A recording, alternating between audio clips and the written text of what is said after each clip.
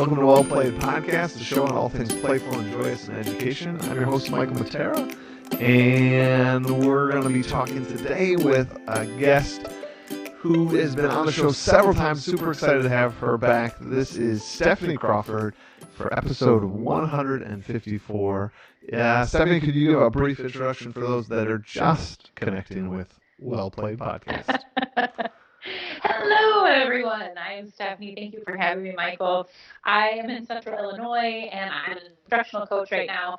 But I was a middle school ELA teacher for 13 years before taking this role a couple years ago. And I'm a board game store owner now. That's true. Congratulations. Super jealous. Thank you. Which also fits today's topic. But before we get into today's topic, I just want to remind everyone that Well Played Podcast is a part of the On Podcast Media Network. So check out all their wonderful podcasts on their website. And Stefanie and I, diving into today's episode 154, is all about the power of tabletop games. Of course, you know that because you've already clicked on the link to listen about that. We like that about you. Yes. So welcome, everyone that's listening. So, Stefanie, you jumped right to my mind when I thought about this episode. On Well Played, we have had probably, I want to say of the 154 episodes, I'm going to say 3, maybe 4 of them have been some board game suggestions along the way. One of those episodes was with your husband. One of those episodes was with you. One of them was with Paul. And another one was with Nick Davis, I believe. I believe that's all of those episodes. And I thought, a special group. That's a special group. That's a special group right there. But I was thinking, of all those episodes, we never really talked about like the passion and the power and like the reason we love these things. We definitely geeked out about like these are the games you all must go buy, and all of you should go back and listen to all those episodes to find which 4 episodes those are. It's a little hidden. I'm not going to tell you. It's a little game I'm playing with all of you. So check that out, figure those out, and then go buy those. You'll thank us later. But what is it about games that just at the top of this podcast here? What do you love about games for you? What is it about those tabletop games? I don't know. I feel like the tabletop games bring a connection that we're missing, especially as we go more digital. If you're a first time and you're watching, you know I'm like a hand talker. Sorry. But I in the digital world where we have so many chances to be on our phones, in front of any kind of electronic device, and play games digitally too. The tabletop games gives us a chance to actually have that face-to-face interaction and learn more about the person we're playing with and laugh with them and build a relationship with them in a way that you can't on the phone or connected through the internet playing the same game on like the Xbox. You know, you can still play with someone over a video game console, but it's not the same as sitting face to face with someone with a tabletop game and watching their reaction to certain things happen, the jokes that build, the just camaraderie that you build. Yeah, I think that's the number one reason for me. I'm smiling right now just thinking of all of the little inside jokes, the little moments, but ultimately it's about those moments being built around a table, like being together, that fellowship that's had together. And I absolutely love those moments, big and small, and how they bring people together, and they're just memorable moments. And like you alluded to, that you can have those in some video games. You can have those in other activities, right? I mean, you can have inside jokes wherever you go. But games for me have this, I think, unique piece because we're all players in that game, right? Like we could all go to a basketball game and have a good time joking around about the basketball game. But it's different when we're actually pushing those pieces around. Those are our choices being displayed out on the board, and there's still that same ability to razz each other. So, but this time there's that extra level of interaction And I love that. I love that moment of buying the piece that you wanted and, seeing you go like, ah, I so wanted that piece. And then 20 minutes later finding out that like that piece sucked for me. I didn't. And then having you do that, right? And you laugh and just that fellowship that's had around that table. Nothing gets better than that for me. I love it a whole lot, a whole lot. Yeah. I think interesting is that you see it with other adults that you play with, whether they're friends or not. You play a board game with someone, and you instantly have a connection, even if they were a stranger. Now, you may find out things about them when you play the board game. You may find out a lot about them as you play the board game, the way that they play, the way that they respond. Um, but you don't have to be friends or family with people you play. It creates that situation that creates that fellowship, like you said. But then what I also think is interesting is that it does the same with your students. And I know you and I both had that experience having the board game clubs with our students too. And um, they don't need it to be digital either. They love that tabletop interaction, sitting there with a group, that face to face, just that experience. So to me, it transcends ages as well. You can play with the youngest players, you can play with the oldest players. Um, as long as you are together, that's what matters. Yeah, my students have, I don't know, every year you get students, and I think that at first they don't really believe it. They're like, whatever. And then I introduce them to some board games. They're like, this is a lot of fun. And then eventually, like throughout the year, I get parents saying like, geez, the birthday list was a little different this year. Yes. You know. And I get some parents that write me around Christmas time, like my kids come to the game club. They can't stop talking about it. What are some good games that they might like? And it's so awesome to have this wholesome experience be like, I don't know, be the thing that they want to do.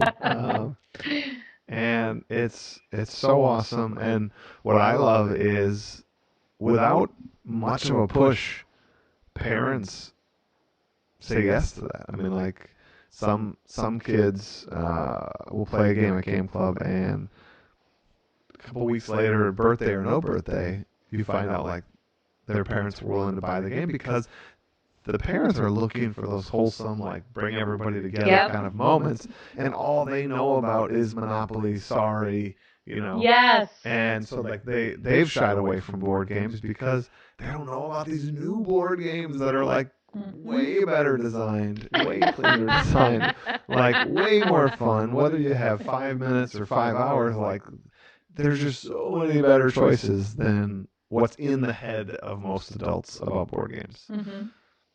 I feel like I just experienced that. We were just, Dan and I were at a conference in Schaumburg recently, IdeaCon, and I was there in my teaching capacity and presenting and all of that, but then Dan was representing our store in the expo hall, and I would go down there in between to help out with that, to play games with teachers, and that's one of the things that I always think is most surprising to them is, we lay games out, and I actually had a table that was 5-minute games. So, we had, I think, 3 or 4 different games that they could stop by, and if they really only had 5 minutes, they could play it in 5 minutes, see if they liked it, they could play it for themselves or see how it was applicable to the classroom.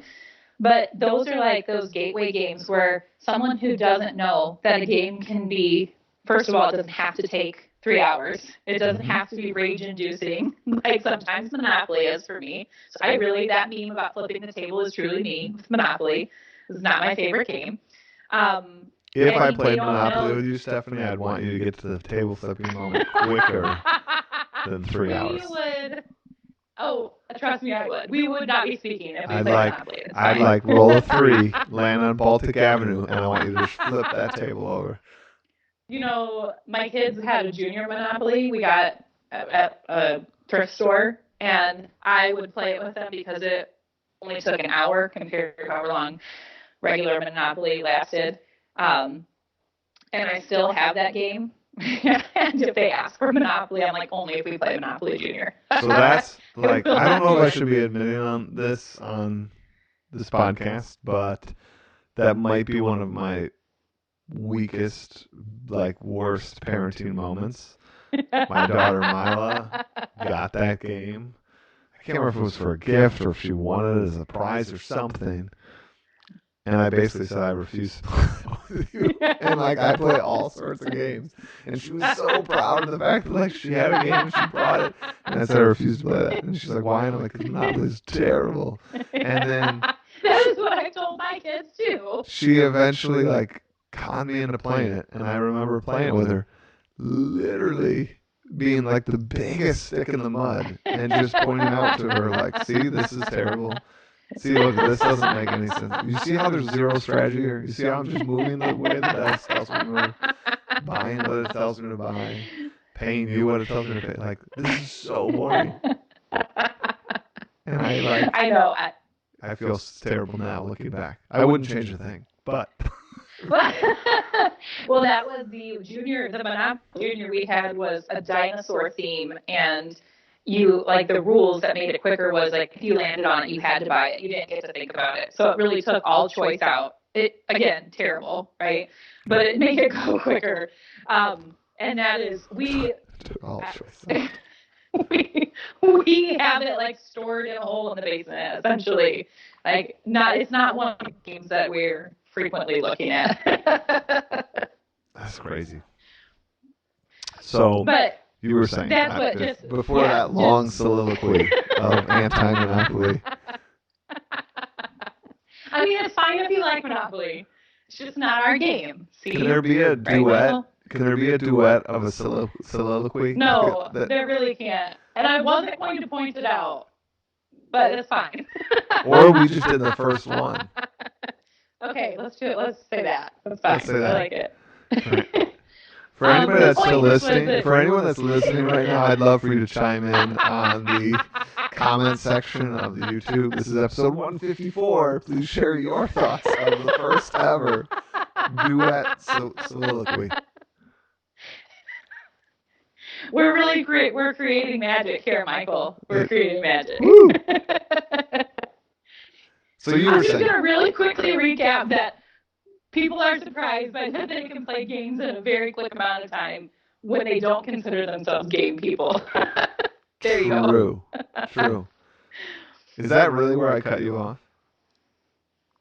It was really it. I mean, just the fact that we get people, the teachers coming through that feel like they're not game people or feel like it wouldn't be enjoyable, and then when we actually have 5 minutes to dedicate to it, to see like, oh, this is fun, this is not what I expected, and it is quick. It's almost like a gateway into other game experiences where they see it's not all terrible table flipping games. Yeah, so Stefanie just used a drug term there, gateway. Thanks, Michael. For those of you that are not familiar with the tabletop gaming vocab, gateway, just like the drugs, would be the ones that get you into gaming. And I think that's awesome that you and Dan ran a table of gateway games. That really got people stopping by, seeing the sort of power and the excitement of games. I do the same thing with game clubs. So this is with kids, not adults, but that same idea. Like I really at the beginning of the year, I'm mindful of what games. You don't start them where you like. I could ramp them way up, right? But like, let's start them so they're pretty excited. That they feel it. They feel empowered by the choices they're making. That's fantastic. As like in my private life, like I definitely try to get other people to also like board games and try to decide that right. Like I don't know. As somebody that really likes the hobby, you want to like build the hobby, and you want other people to like experience it and feel that it's super fun. So like, but trying to be mindful of that like right game to get them into the hobby. That's I don't know. It's an excitement, but it's also a little nerve-wracking because I want them to really enjoy it. And you do a nice job getting people interested and making them feel included with that, getting them started. I remember once I went to an ed camp where I did games at an ed camp, and I think it went well. But it might have been due to the fact that you were there and you primed people to play some board games because you also love board games. So I think between your love of board games, me coming down and playing some board games, we had like 25 people playing board games in the library. Where your library? I feel like we had the whole ed camp. It was a huge chunk of the people at ed camp came to play those games. But you know, all joking aside, all the tables were like, these were great. People were asking, like, people were writing down where you get these. And there are lots of places to get board games, but I think you know of one in particular. That's right. If you're in Central Illinois, we like to shop at Cabbages and Kings Games. That's right. That is awesome. Actually, what we always say, though, is if you would take the chance to look at your local game store and see if you have something like that in your area, the people who own the local game stores, like, they're passionate about games. There's a reason they did that. It's not like it was a quick buck. That's why you got into it. You got into it because you're passionate about games. Yeah, I mean, I think that's a fair point that these guys they're super passionate about it. Here in the Milwaukee area, we have one game store that's pretty darn popular, and every time I go in there, I absolutely love it. You can just tell all the workers there are super passionate about games, whether it is the like brand new hire that is like clearly 18 years old or the like 45-year-old. They instantly come up and right away say like, you know, first time here, like, you know, what do you like? What are you looking for? Anything I can help?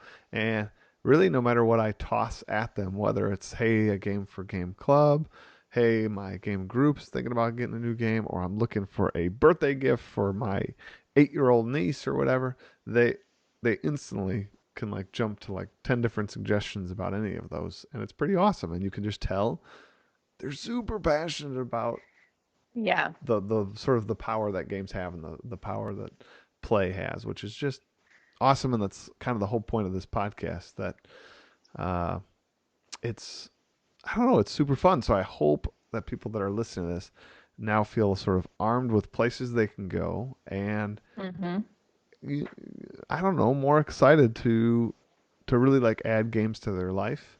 You had sort of touched upon a little bit ago the statement like even these teachers that stop by, and then you sort of made this comment like even if they're not gamers, right? And even if they don't consider themselves gamers. That's right. And so I guess not really my question, but where I want to take the conversation is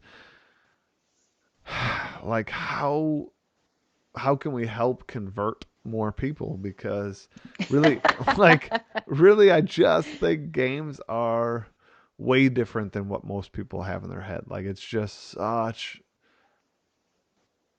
I don't know, not even remotely close to reality for anybody that actually knows what games are out there and what can be played versus what they think in their head when they think of board games. Right. I feel like that's the question like we're always trying to answer, right? But in my experience, what I have found to be successful that I keep plugging away at is I think you and I both always travel with games, first of all, because there's games that fit in our luggage if we're flying or in our car if we're driving. So there's always games. I mean, I bring games every place I go, so that there's always that connection and you can kind of get people to be comfortable and come in and play with you. But then here, what I try to do is start a teacher Tuesday group, because I do, with my connection local IDEA, which for those who don't know, that's the like our Illinois state branch of ISTE is IDEA. And so with our local IDEA chapter, I try to do a teacher Tuesday to bring people in. We do that with the game store where it's just like come in and try something new. It's not intimidating. I think that's what people need, is an atmosphere that's not intimidating. They need to know, like, it's okay if you come in and you stay for 10 minutes and that's all that you want to do. Like, if you come in and you play a game and oh, you decided that was fine, but I'm going to leave. That's okay. Like no one's going to force you to stay. You don't have to. No one's going to make fun of you for not getting a game right away or not liking a game. I guess that's what it comes down to, is providing opportunities for people to come in and play without the risk of feeling stupid or on the outside. You know, nobody wants to come in and feel like they're on the outside of this, like, I don't know, for lack of a better word, like club, you know. They want to come in and feel included.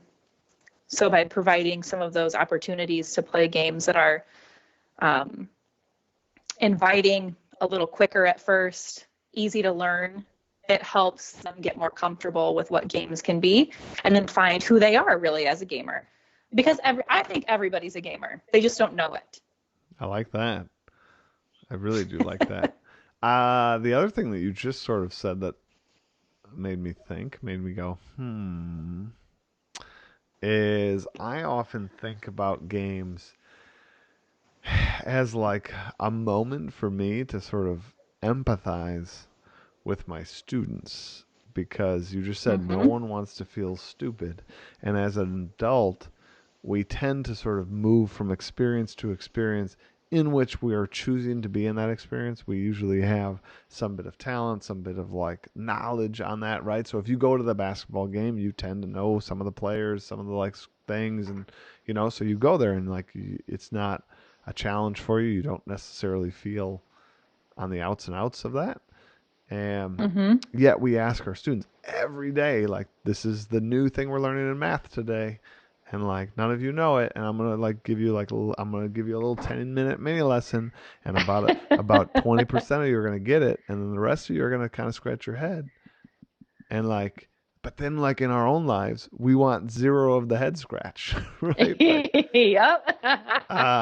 So I will admit, as I play board games, in those moments where I get a little nervous, and I mean, I'll be honest, like sometimes people are teaching me a game, and even though I play a majillion games, Yep. it's like hard. Like some of the games I play, like there are 30 minutes of like rules being told to me, and it's jam packed. It's 30 minutes of different rules, and you're kind of like, I think I get it, and then like without a doubt, everyone, I need you to hear this. I have no effing clue what's going on. And like, you just have to like move forward, because the only way to sort of learn in that moment is to sort of try. So you're like, so absolutely, we're done with that 30-minute review. And so what do I get to do on my turn? Because I don't even remember anymore. And I'm up first. So am I allowed to buy this thing over here? I'm going to buy this thing. Is that cool? That's what I'm going to do. That is so accurate. That's why I'm laughing so hard. Like, I think all of us can recognize ourselves in that. Like, I have that moment of sheer panic where I'm like, I have not taken in any of what was just said. I just need someone to step me through what I'm doing here. Yep. That's where I get like, nope, that last half an hour did not exist in my head. Yep. But it's so amazing that so many of the games, at least some of my absolute favorites, are, so Stephanie talked about these gateway. Like my favorite games are actually not even far from a gateway game. I mean, like mine are just a click up. Like I like kind of the 90-minute game. That's sort of my favorite. You know, there's a little more rule set to it.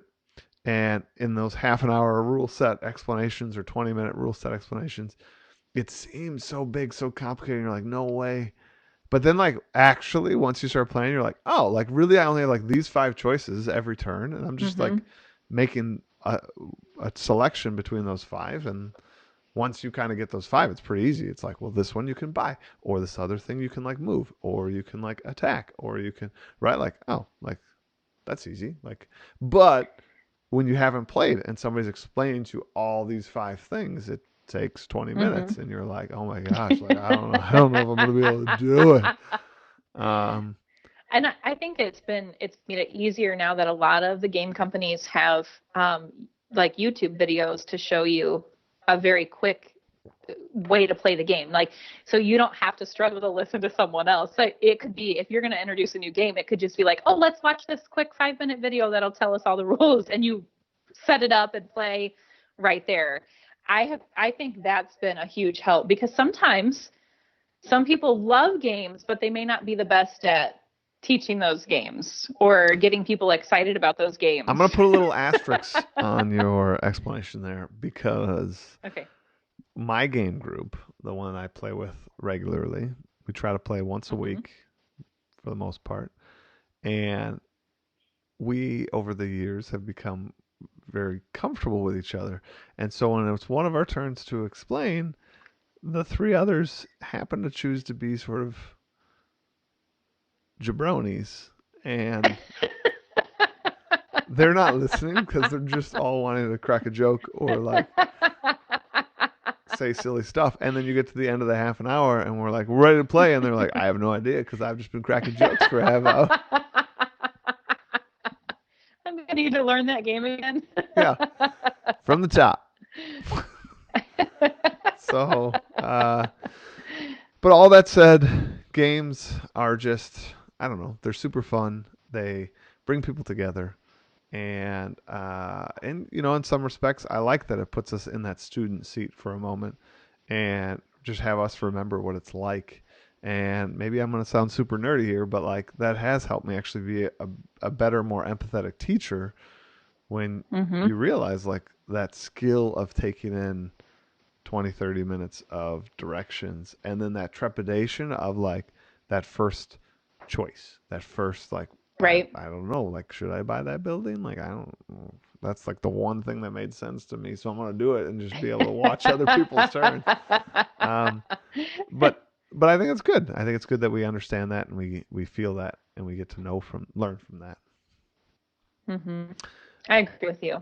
But we are at reflection time, and I have a quote. The quote I'm not going to say like perfectly fits, but it's close.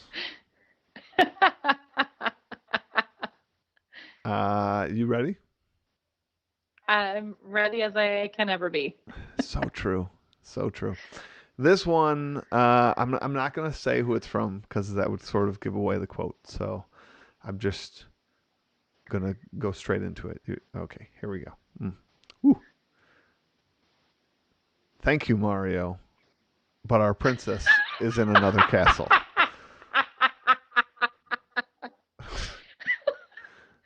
I always love when it's reflection time with you. So how does that hit you based on what we're talking about, seeing that that's from a video game? Well, I think that the game just in general, when you hear that, you're like pumped for that next adventure. You get that like, oh my gosh, so close. I thought I was there. But there's always some new adventure waiting. There's always another round that's out there for you. So I feel like to me, when I hear that, it's just like, oh, I thought I was done, but there's this other thing that's waiting for me. So I guess that's where I take it. I like it. I really like that. For me, all silliness aside, I dare you to take a drink. Yeah. Woo! Right now. All we need is a spit take on here. It's fine. So for that quote from me, I really like your take, so I'm just going to say that is the better take. You guys can stop listening right now if you want. But for me, I like this idea of how games sort of tell a story, and Mario is kind of a good example of that it can be the craziest of crazy stories. It's a plumber who eats mushrooms and saves princesses. That makes no sense. Yet it is one of the like best-selling franchises. But this also sort of shows the spirit of like the games and gamer communities, and like it's just about having fun. And it's about having fun with people you love and go out there and find that princess, I guess. Yeah, I like it. Thanks. All right. Thank you so much, Stefanie, for joining us on Well Played once again. I always love having you on the podcast. I always love being here. Thank you so much for having me. Yay. And everyone else, thank you so much for making Well Played sort of a regular stop. If you're brand new to Well Played community, go back, listen to those others, try to find those 4 other podcasts about which games to buy because there's so many. If you have a moment, you can also check out my YouTube channel where I give you some game suggestions there and playful suggestions. And reminder that Well Played, again, is part of the On Podcast Media Network. Go check out their website to grab all sorts of powerful PD-packed podcasts, such as Well Played itself. But additionally, we have the TNT Ed Tech podcast. Check that one out. It is a fabulous show, and I think you'll love it. As always, stay connected, share your ideas, check us out on YouTube. Enjoy your week, and play on.